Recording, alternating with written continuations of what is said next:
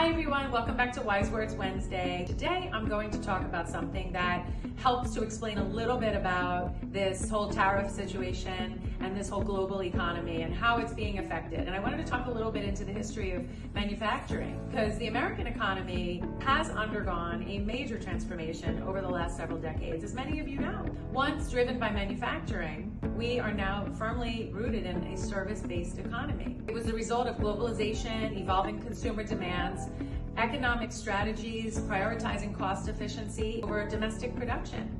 Manufacturing by nature often finds offshore solutions. This is especially true in the textile and apparel industry, where cost-related pressures, labor, materials, and operations push companies to source overseas. Industrial integration in countries like China, India, and Vietnam means they can offer a built solution from start to finish. In contrast, the U.S. manufacturing infrastructures, while once thriving, began to fracture under the weight of these global efficiencies. Let's look at what happened to American fabric mills. In the early to mid-20th century, the U.S. had a robust textile industry, but by the 1990s, that began to start to erode. Companies began relocating production to Mexico and other countries with lower labor costs and fewer regulatory constraints.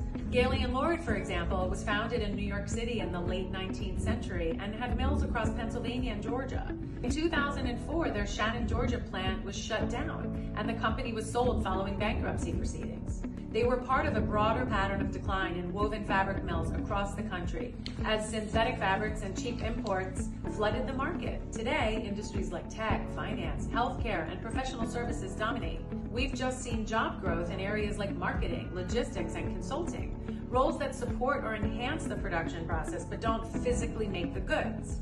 Still, the question remains, can we rebuild domestic manufacturing? It's possible, but it requires investment in infrastructure, automation, and training, and not to mention cost.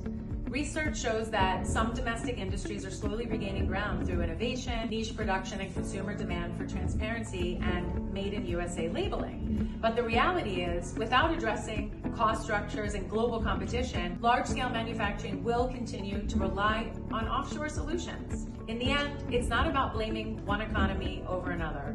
It's about understanding the shift and making accommodations where necessary. Thank you so much for watching. For those of you that have additional questions about what I've spoken about today or in other of our episodes, please, as always, reach out to us at fabrictofinish.com. Have a great day.